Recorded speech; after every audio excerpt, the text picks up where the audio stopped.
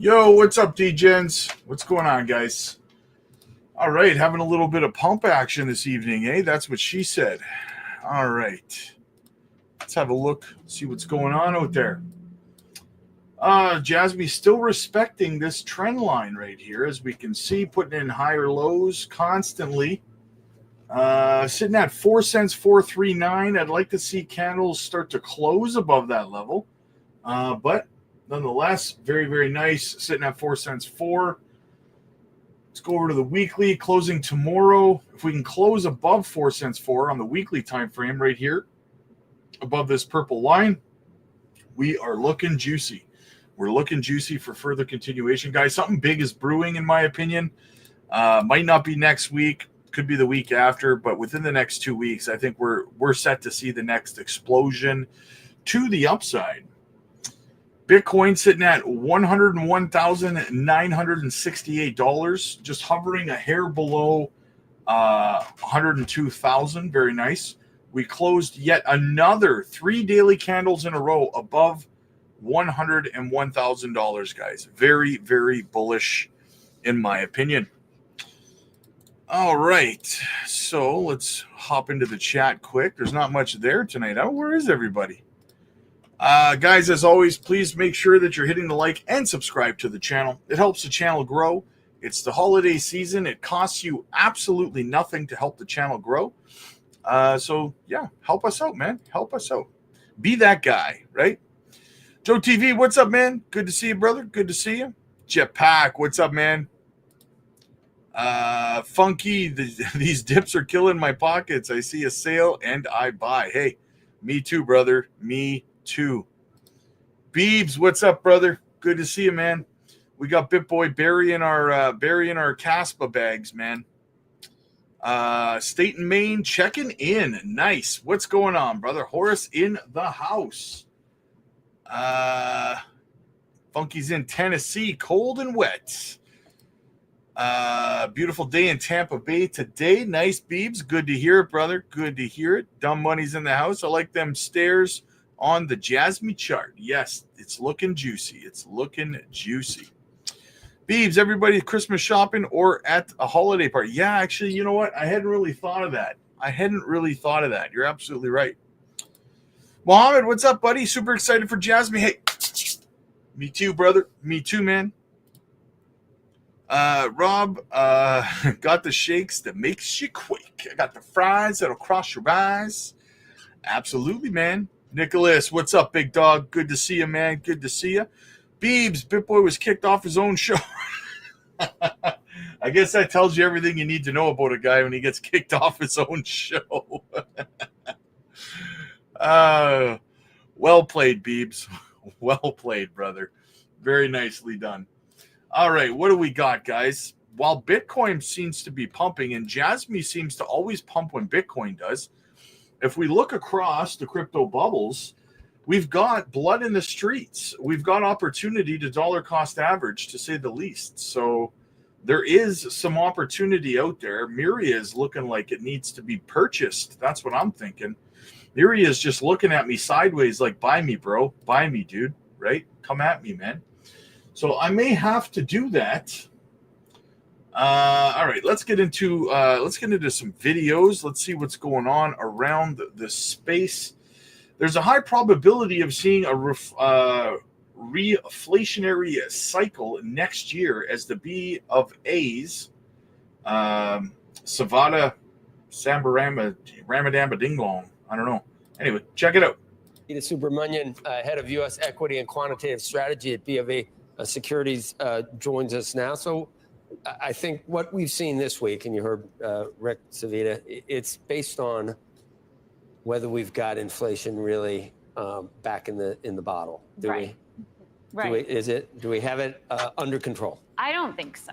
Then should we be cutting? Well, I'm not the Fed, but I think that where we are right now is an environment where we have a real high probability of seeing a reflationary environment next year, right? We just had 3 pro-cyclical things happen over the course of the last couple of quarters. One, profits troughed and are accelerating again. That's pro-cyclical. We've got demand recovering. We've got the market broadening.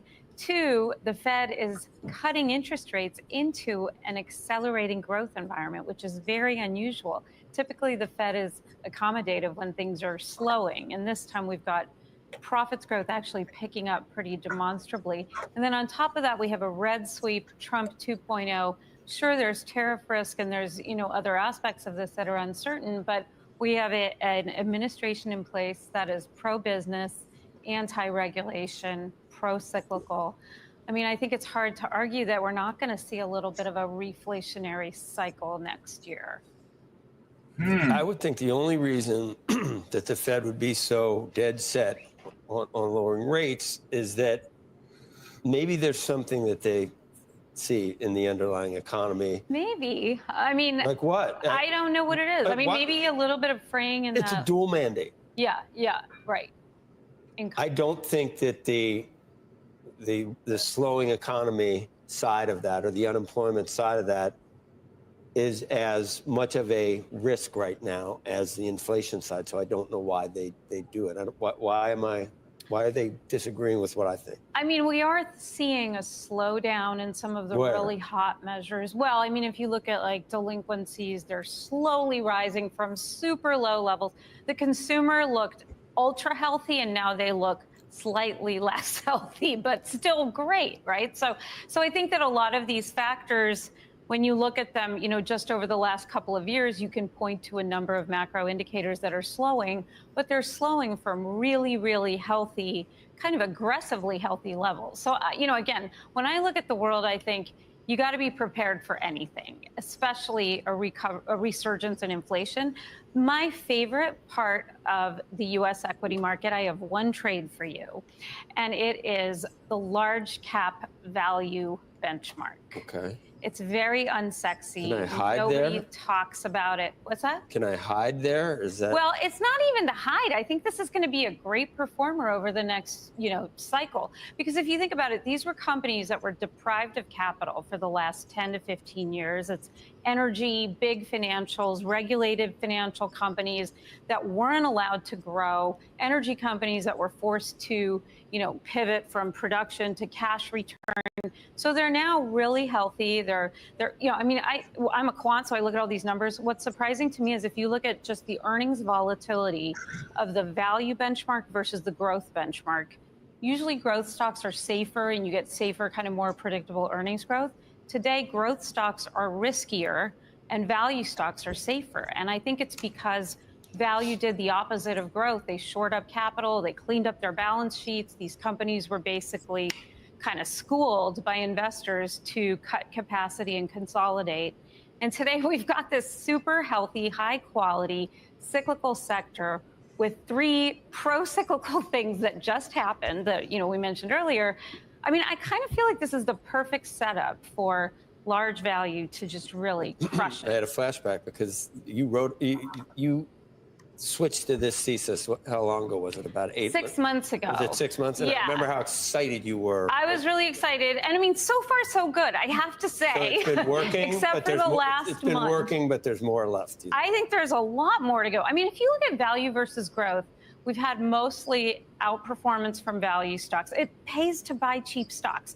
The only time it didn't work to be a value investor is when rates were zero and cash was worthless. And it's like, who cares if I'm making free cash flow?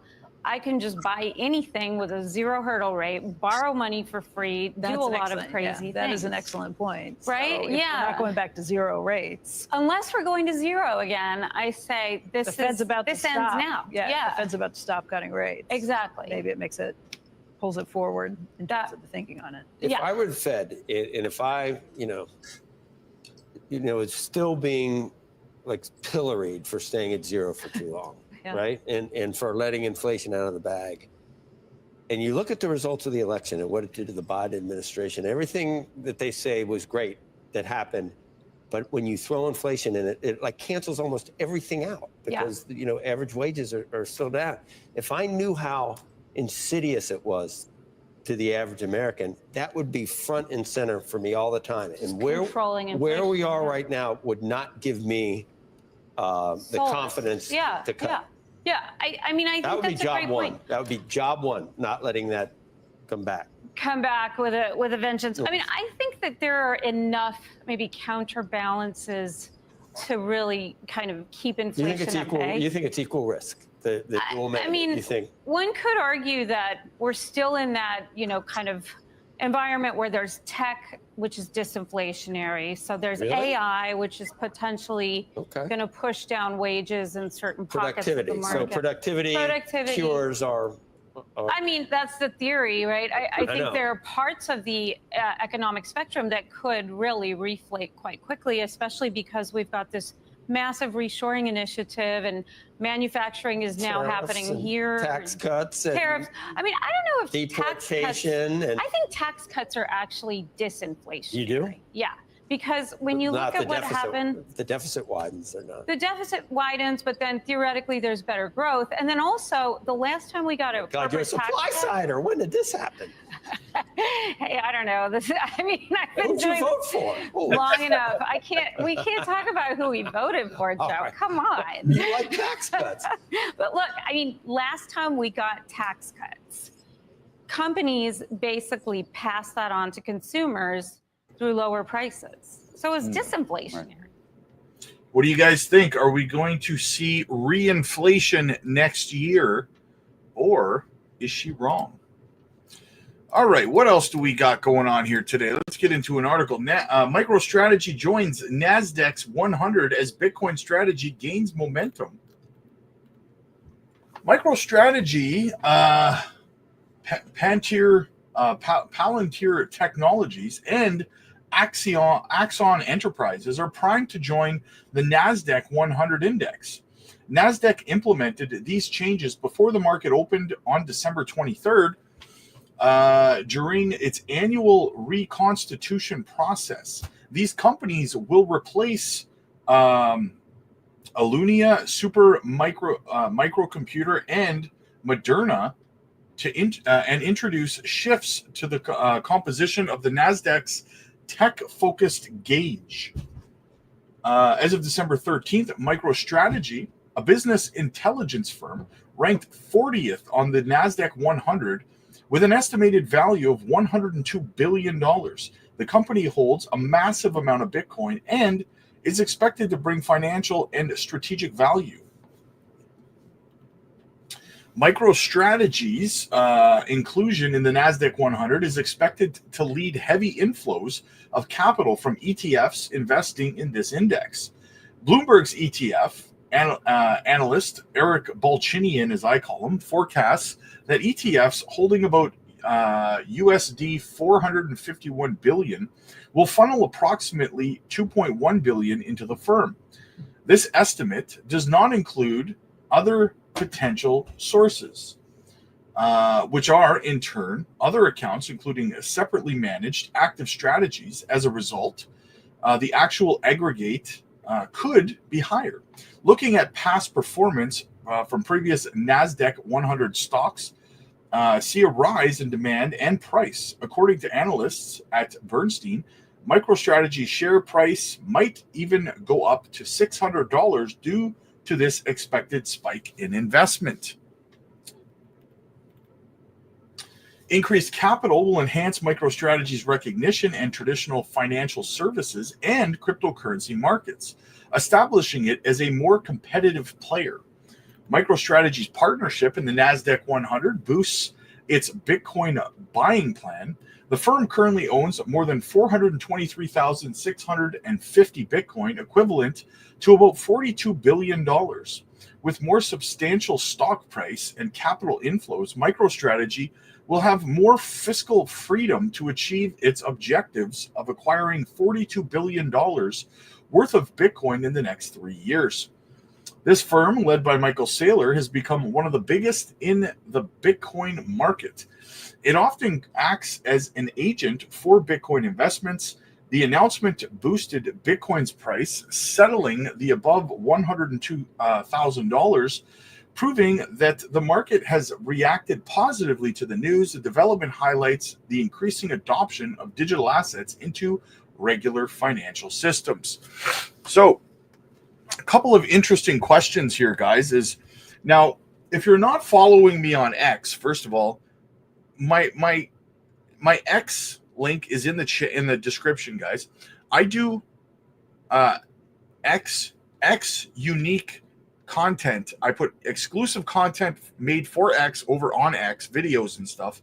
So you're gonna have to go follow me there if you want that stuff. But I discussed over there today how the discussion is basically, is Michael Saylor, based on the last bear market, Michael Saylor and MicroStrategy came very, very close to getting called on their debts in the last bear market, right? So the question is MicroStrategy actually going to ride Bitcoin in this bull run all the way to the top without taking any profits and then riding it all the way back down to the bottom of the next bear market like he claims that they're going to do? Michael Saylor says they're never going to sell. But do you think he's telling the truth? Or do you think they're going to dump on the market? Understand, guys, there's a big risk that MicroStrategy will decide to dump on the market at the top or near the top, right, of this cycle, taking profits from Bitcoin. So that's going to be a very, very interesting turn of events if it happens, right? Because with the amount of Bitcoin they hold, they could crash the market for sure. I'm not saying I think that they will. I'm not saying I've heard or read anything indicating that they would, but this is just my pure speculation. And this is a conversation that I'm having over on X. So if you want exclusive X content, guys, you got to follow me on X. I'm trying to build out the X account. So I'm actually live streaming on there as well right now. So dual streaming over on X, streaming on Crypto Blueprint and on Crypto Future. All right, what else do we have? CEO of Satoshi Action Fund, Dennis Porter, explains what Texas's new bill to establish a strategic Bitcoin reserve could mean for the United States. Well, Dennis Porter, thank you so much for joining us on Crypto World today. The Texas legislature introducing a bill today that would establish a strategic Bitcoin reserve. You have been working with the lawmaker on this proposed legislation. Tell us a little bit about what's in it. Yeah, absolutely. And thank you for having me on. We have been honored to be able to work with Chairman Capriglione on this legislation. It is a bill that is a first of its kind for the state of Texas. It is the second bill ever in U.S. history to be introduced at the state level to establish a strategic Bitcoin reserve. We were able to be the first to do that in Pennsylvania as well. And we're just extremely excited about this opportunity to put Texas as a leader on Bitcoin once again. It has been a leader for some time, and it will be again with a strategic Bitcoin reserve. And the legislation essentially allows for the establishment of a strategic reserve for Bitcoin and allows for donations, taxes, and fees to be paid in Bitcoin and other forms of cryptocurrency. And then, of course, other forms of cryptocurrency will be converted to Bitcoin and placed into the strategic Bitcoin reserve. Tell me a little bit more about the way the funds are moving into the reserve. So taxes, donations, and fees. I mean, I think that's really interesting just because of the high concentration of miners that are hosted by the state. Is it likely that we will see, you know, whether it's individuals or some of these major mining companies themselves opt in to be paying their taxes in Bitcoin? Absolutely. I think there will actually be a rush of Bitcoin mining companies who will want to pay their taxes in Bitcoin just purely to show that they support this new establishment of the strategic Bitcoin reserve. A lot of the Bitcoin miners that we speak to, some of the largest Bitcoin miners in the world, in fact, have endorsed strategic Bitcoin reserve legislation and are advocating for it, not only at the state level, but at the federal level as well. So we are certain to see those Bitcoin miners want to be the first to pay their taxes in Bitcoin because they support the strategic Bitcoin reserve in Texas. But also, I believe there's going to be a number of Bitcoin companies and Bitcoin individuals that are Texans that will want to donate to the strategic reserve as well. Are there any arguments? So these miners in Texas are going to be able to pay their taxes, their state taxes in Bitcoin, which in turn, that Bitcoin that's used to pay taxes is going to be accumulated and held as a state Bitcoin reserve. Genius. Arguments against doing that? I mean, it's an ever-changing market and landscape, and there are so many questions around filing taxes in crypto and tax implications in crypto. I mean, what does that not assume that people paying their taxes in Bitcoin will have to pay taxes on their taxes, if that makes sense?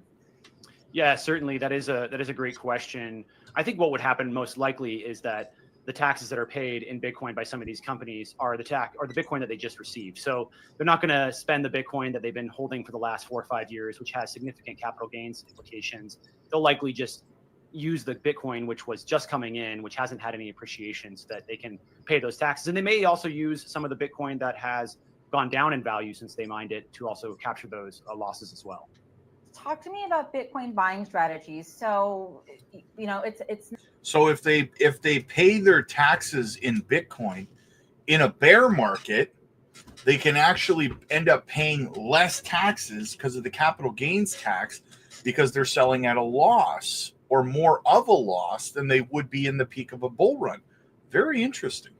it's not a piece of legislation that I believe outlines, you know, a planned buying schedule of a certain amount. I think you said at the top that the Bitcoin would have to be held for a minimum of 5 years through the taxes, donations, and fees. What have your conversations been like with the lawmaker? And is there anything that has come up that has sort of deterred him from, in this initial proposal at least, wanting to buy Bitcoin directly? Yes, certainly we want states to buy Bitcoin directly or to find other avenues that they can add Bitcoin to their reserves. But for the state of Texas, you know, it's a very big state, and getting this type of legislation, which is really, I mean, it's cutting edge legislation, to get it across the finish line, we believe at Satoshi Action that it is critical to establish the reserve, enable taxes and donations to be paid in Bitcoin, and then come back for the other half later. The other half being, let's get actual purchases of Bitcoin being made and added to the reserve. This is the strategy that we're pursuing across the country. We have over 10 states now that are going to be introducing this legislation, and also multiple countries have reached out to us as well, asking us to help them introduce and pass strategic Bitcoin reserve legislation into law. And so our goal will be to first start with what's achievable, establish the reserve, allow them to put taxes and donations into it, and then come back the following legislative cycles to establish more legislation that'll enable these states to purchase Bitcoin directly. Okay, so tell me about the legislative cycle. What is the time frame that we're looking at here? How often do they meet, and when should we expect to see any progress on this?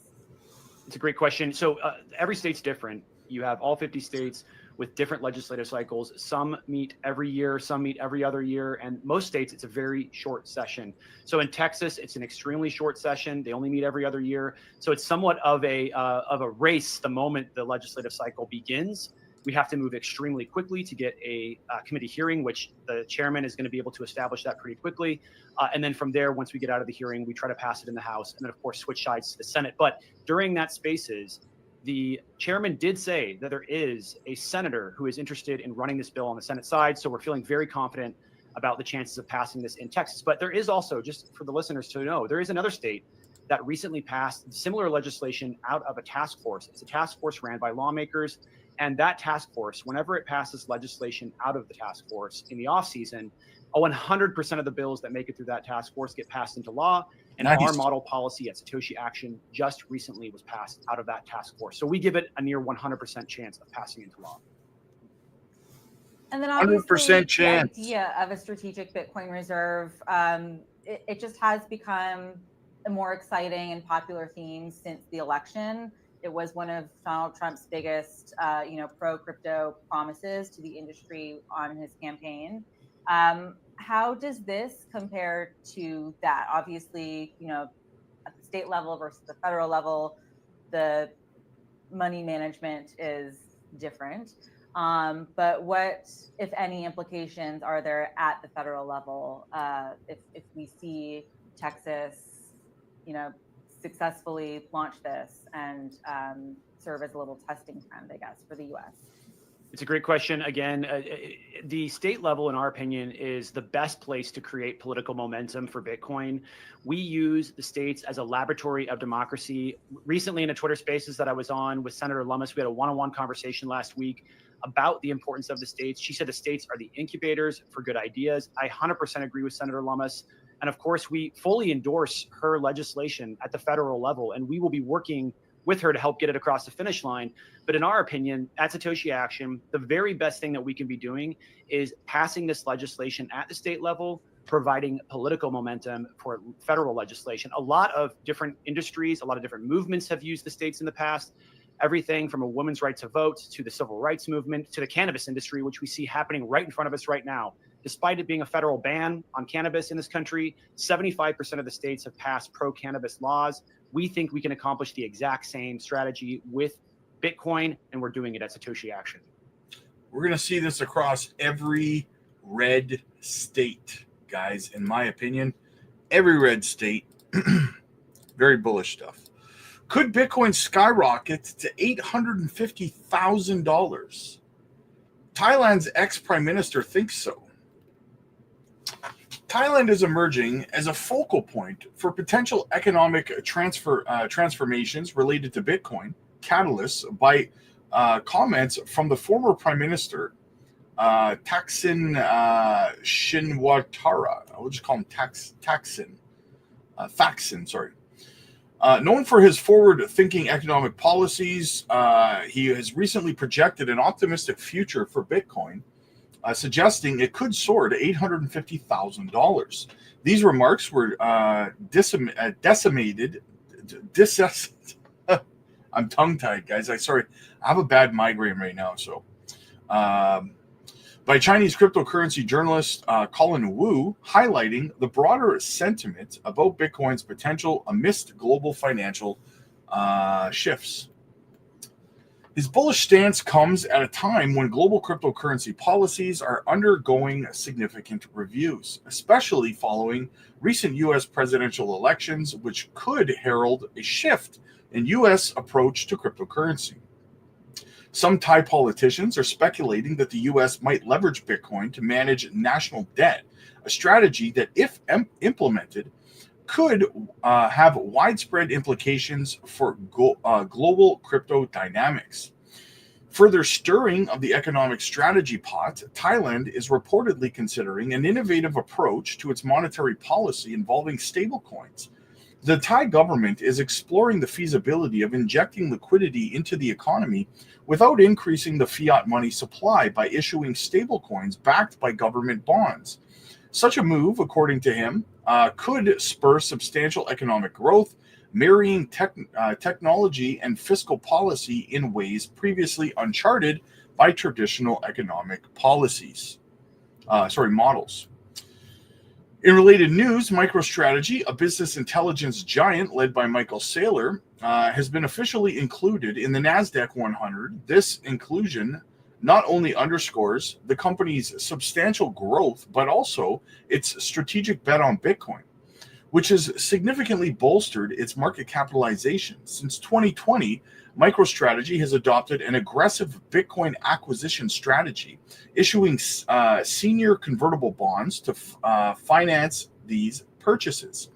As of December 2024, the company holds approximately 423,650 Bitcoin, valued at about $41.5 billion. MicroStrategy's success and its inclusion in the index that features tech giants like Tesla, Apple, and Amazon underscore the intertwined growth of technology and cryptocurrency sectors. Countries and corporations alike explore the bonds of cryptocurrency's utility, the implications for economic policies and corporate strategies are profound, signaling a possible shift towards a widespread adoption of crypto assets in the mainstream finance. The current price of Bitcoin is $101,816 right now, with no significant change in the last 24 hours. Over the past week, BTC has gained 1.54% and has shown an impressive growth of 140% year to date. The cryptocurrency continues to dominate the market with a market cap of $2.01 trillion. Analysts think we can get to 180,000 on average. Can we get to $850,000 per Bitcoin this bull run? My answer is no, but I digress. We got a super chat. Hello, what do you think of Crow Coin future? I think that I'm very bullish on Crow, to be perfectly honest with you. I do not hold any, for full transparency. I wish that I did. The whole bear market, I meant to pick up a bag of Crow, and it just continued to get sidetracked with other projects. But I am very bullish, to the point where I'm bullish on Crow to the point where I wanted to get some. So, I mean, let's go to the daily time frame. Crow, honestly, Crow kind of seems like it's setting up a bit of a bull flag here. Really, I mean,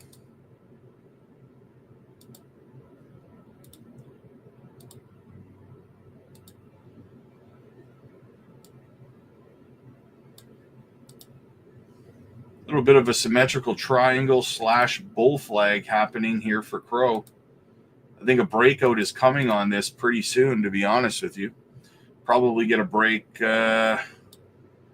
somewhere around that 35 to 40 cent range would be next for a breakout on Crow on the daily time frame, in my opinion. So yeah. The roadmap is great. Have you seen it? No, I have not looked at the new roadmap yet, but I will, now that you mention it, I will have a look at it though. So yeah, I'm expecting a breakout on Crow somewhere between that 35 to 40 cent range pretty soon, to be honest with you. So I am bullish on Crow for sure. 100%, brother. 100%. All right. What else do we got? What else do we got going on in the news? Oh, we got another video to get through. All right. In an Bitcoin news, in an interview with Fox Business, Perian Boring, CEO of the Chamber of Digital Commerce, predicted that Bitcoin can reach a price of $800,000. Another super chat. Thank you for your response. Cheers. Hey. No problem, man. Thank you for supporting the channel, my friend. Absolutely. Right? Thanks for having my back. Thanks for supporting the channel. I appreciate you. I appreciate you 100%. Go Crow. That's all I can say. Go Crow. All right, so let's get into this video, see what's going on. Welcome back. Let's take a look at crypto this morning. And as you can see, Bitcoin is well above $100,000 right now. Crypto seeing a major boom since President-elect Donald Trump's election victory. The President-elect's son and Trump Organization Executive Vice President Eric Trump said at a Bitcoin conference in Abu Dhabi earlier this week that his father will transform the U.S. into, quote, the crypto capital of the world. And he'll be an unbelievable ally to the industry. Joining me now is the Digital Chamber founder and CEO, Perian Boring. Perian, great to see you. Hey, good morning, Do you agree that President Trump will create such a backdrop, making the U.S. the crypto capital of the world? Well, so far, what President-elect Donald Trump has proposed, what he's outlined to our community, would absolutely solidify the United States leadership in the digital asset and blockchain technology ecosystem. He gave his famous Bitcoin speech in Nashville just a couple of months ago, and he talked about creating a stockpile, a Bitcoin stockpile on behalf of the United States. He's discussed aligning tax policy to drive more economic activity into this space, and he wants to clear up a lot of these regulatory friction points for the industry. The U.S. Has driven out crypto activity under the Biden administration. We need leadership at the very, very top to bring these markets back to the United States, and everything we've seen so far is certainly aligned with that. Yeah, and I'm glad you mentioned what's going on globally, because that's really a key. President Trump has backed that speech up, with naming some key positions here. And Paul Atkins, who's coming in for the SEC, has been very much adamant, repeatedly arguing that excessive SEC enforcement has caused leading-edge crypto developers to look to Asia and Europe rather than the United States.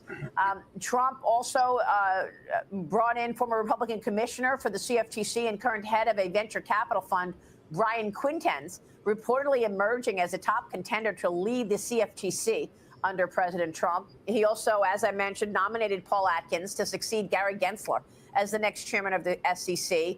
Perry, I want to ask you about that because the word on Wall Street seems to be that his nomination is likely to bring Democrats to the table for crypto legislation and market structure because they want to see more clarity in terms of who's overseeing the crypto industry, right? Right now, you've got confusion between the SEC, the CFTC, and others who want a piece of the oversight. Yeah, there certainly has been a turf war between the SEC and the CFTC over recent years. There's been confusing and conflicting statements from the commissioners, the chairs, the officials at the SEC and the CFTC saying cryptocurrencies are regulated under the SEC's jurisdiction. CFTC is saying the same thing.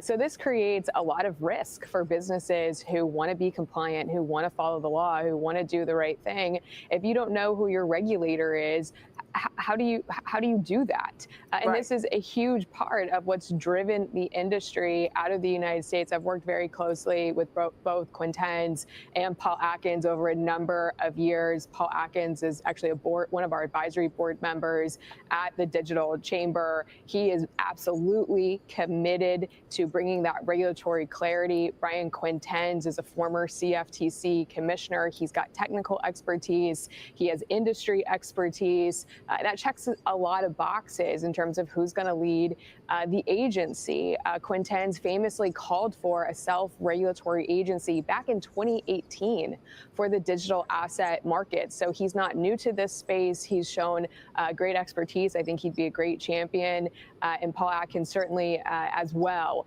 So these are great potential new heads of the agencies, and is certainly putting us in the right step. Personnel is policy in Washington, and having the right people in place is critical. And to that end, Trump has also tapped former PayPal chief operating officer and co-founder of Kraft Ventures, David Sachs, to be his White House AI and crypto czar. Arkansas Congressman French Hill, who has been picked to lead the House Financial Services Committee, plans to lead an investigation into Operation Choke Point 2.0, the alleged debanking of a crypto company. But I want to get your take on.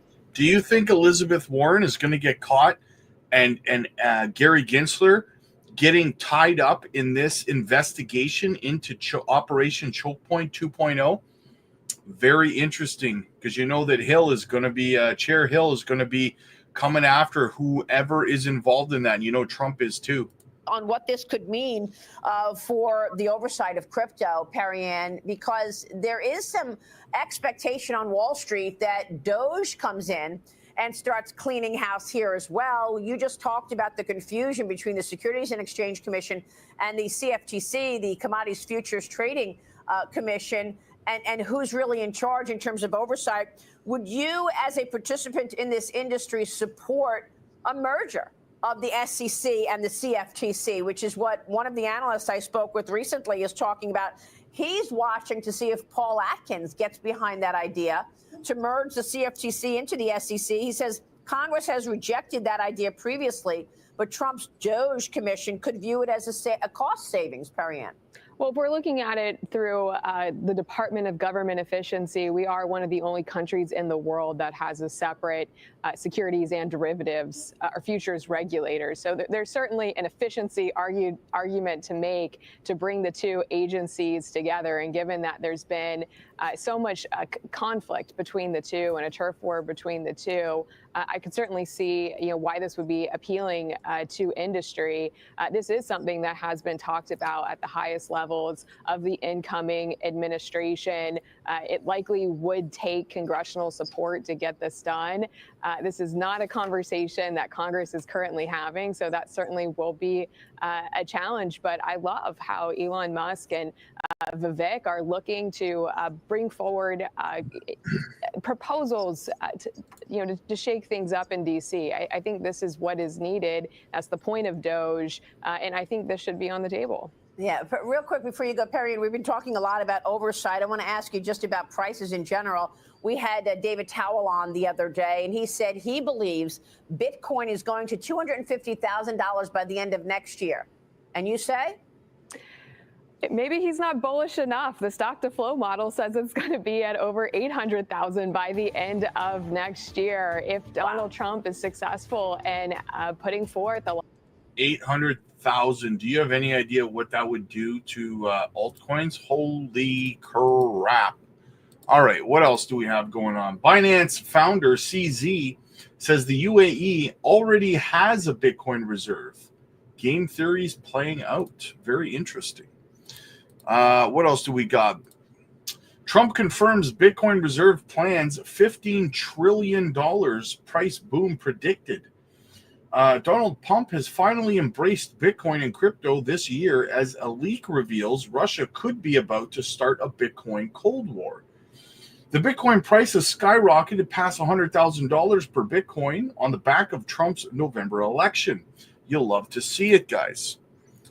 All right, what else do we have? We got another article to get through. Let's freaking go, baby. Coinbase faces $1 billion lawsuit over wrapped BTC delisting. Now, guys, Coinbase has been they've been doing a lot of shady stuff lately, right? From freezing people's accounts and locking them out of their accounts without any explanation as to why. I'm seeing more and more screenshots and cases of this happening, okay? Now we have this. Cryptocurrency trading platform Coinbase is facing a $1 billion lawsuit filed by Bit Global Digital Holdings, Ltd. According to the lawsuit in November, Coinbase intentionally removed wrapped BTC from the buying and selling to promote a similar Bitcoin-based token that it has, Coinbase BTC or CBBTC. As stated in the December 13th complaint, the delisting was a strategic maneuver to dominate the market in wrapped Bitcoin. The lawsuit claims Coinbase violates the Sherman Act since an invented relaxing strategies to dominate its native token. According to Bit Global, Coinbase made misleading statements about wrapped BTC and listing standards for its platform. According to the suit, these claims were made to damage wrapped BTC's position in the market while benefiting CBBTC. This comes after Coinbase operators announced that it would no longer list wrapped Bitcoin because it failed to meet some listing standards. As of December 19th, 2024, Bit Global's attorneys argue that the timing of the delisting brings into question the exchange's motives since Coinbase hinted at creation of CBBTC in recent months. Chief Legal Officer at Coinbase, Paul Grewal, dismissed the allegations by stating that Coinbase had high listings and delisting standards.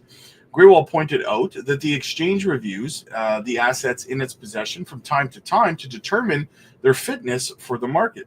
He also mentioned that Coinbase has a policy of delisting tokens that do not meet safety and illegally alleged or whatever policy requirements and launching tokens that meet the criteria. How are you going to list a bunch of meme coins and then say that wrapped Bitcoin doesn't meet the standard? How are you going to play that one off in court? Oh yeah, we'll see. Wrapped Bitcoin doesn't meet our policy standards for safety and stuff like that. Okay. Explain all the meme coins you have on your exchange, please. Guys, if you don't know what I'm saying here, what happened is Coinbase is delisting wrapped Bitcoin, okay? Because they, at Coinbase created their own version of wrapped Bitcoin. And instead of having healthy competition in the business world, they decided to try to damage wrapped Bitcoin's reputation and delist them. This is the kind of reason that I keep saying we need regulations on the exchanges, because this is shady. You can't do this kind of thing, right? So basically, yeah, we need regulations in place so that exchanges can't pull this kind of crap anymore. They're doing this right now. In all honesty, they're doing this because there is no law, there is no rule that says that they can't, right? Well, there is, but there's loopholes, right? So they're just jumping through loopholes. We need proper regulations on these exchanges so they can't do this kind of thing. You can't create a project that's in direct competition with a project on your platform and then delist a project that competes with your project. You can't do that, right? So, I don't know. Shady. All right. What else do we have here? Actually, you know what? Let's go back to the let's go back over to the Bitcoin charts and let's get into the chat. Bitcoin sitting at $101,885. All right, let me scroll back up to the top here, guys. All right. Horace waiting on a big announcement from Hara and Binance to release Jasmy from the innovation zone. Yeah, probably the first week of January is what I'm looking for that. That's when they evaluate the projects in the monitoring zone, is usually the first week of every quarter. So that would be January, first week of January. Chappie, I'm ready. Let's go, baby. Goat, Jasmy, absolutely. Tyler, what's up, buddy? Good to see you, man. Good to see you. Bruno, what's up, man? Multiplanet, could you search up Jasmy on Coinbase? I don't use Coinbase, brother. I do not use Coinbase. He has recently softened his stance on XRP. He was on the Patrick Bet David podcast, so maybe he's not telling the whole truth. Yeah, that's possible, man. Talking about Michael Saylor. Yeah, I agree. Dumb money, but wouldn't that be good for us in the bear market if he dumps? I mean, yes and no. But if he's dumping, it's good in the bottom of the bear market because Bitcoin would, go down further in price for sure. But it would also go down faster at the top of the bull run because of that as well, right? If he sells off a whole crap load of his Bitcoin anywhere near the top, that might actually prevent us from going as high as we actually would have went, right? Because of all that selling pressure. Could be buying opportunity for people who want to get into BTC. Yeah, I always buy a lot of Bitcoin in the bottom of every bear market. I take about 50% of my profits from the bull run, from the altcoins, and I dump it directly into Bitcoin as close to the bottom as I can get it. So every cycle, and I never sell my Bitcoin. So I watched the BitBoy KASPA Bash video, and I must say, look around his eyes. I swear that guy's struggling with something. God, man. I know, man. Boomer, what's up, buddy? Good to see you, man. Good to see you as always. KK is in the house. KK, I miss you, man. I hardly see you here anymore. What else do we got? More money. Request REQ token price possible 50x this week. There's a little tab of more money at the top of the chat that says altcoin requests. That says goals. That's where you put your altcoin requests, and it will definitely look into your project for you. Death Bank in the house. What's up, buddy? Crow is awesome. Got all mine stacked 20%. Nice. Yes, I'm big on Crow. Jasmy Solana pair. That could be one of the possible announcements that Hara's talking about. I'm hearing a lot of chatter about Jasmy on Solana. Yes, could be very possible. Jasmy to 6 cents coming. Yes, let's freaking go. Screw 6 cents. Let's go to 10, man. Let's call it 10. Aaron, these slippage numbers are really off. Yes. Jay Smells, what's up, man? Is there a better alternative than Coinbase if I'm using my phone? It depends where you are. What I would recommend is wherever you are, just go to Google and type in centralized exchanges that are legally allowed to operate in, and then wherever you are. So let's say Kentucky, or if you're wherever you are in the world, and a whole list of exchanges that you're allowed to use in your area will come up. Angelo, what's up, man? Jasmy retesting 4 cents 3.8 range. Yes, it is right now. What I'm concerned with is where we close tomorrow. That's what I'll be watching, right?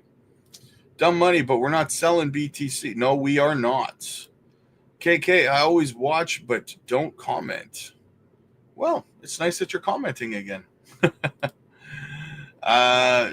Should us Coinbase be users be worried? Do you recommend switching? It's not that I recommend switching. I do recommend diversification. I use about 4 or 5 different centralized exchanges for my operations. So I don't rely on just one. Diversify is what I would recommend, right? So yeah. All right, guys. Well, listen, that's the news. That's the chat. We're all caught up. Click like if you like this video. Click subscribe if you really liked it. Just so you know, guys, I will be live over on the Patreon in about 20 minutes. So get over there, guys. Now, what we do over there is I open up a window. We do a group video call where we all get together and we chat in real time. You can get all of your questions answered. Not only by me, but by other community members as well. It's a great time. It's a great conversation. We have laughs. We learn a lot. So get over there. Join the group video call, guys. I will be live over on the Patreon in about 20 minutes. So I will give you time to get over there. The link is in the chat. It's in the pinned comments. It's in the description. And you can also schedule one-on-one coaching sessions with me personally. And let's get your exit strategy built. Let's get your profit-taking plan in place and get you ready for altcoin season, baby. I will see you guys over on the Patreon. Again, click like if you like this video. Click subscribe if you really liked it. And I'll see you in the next one.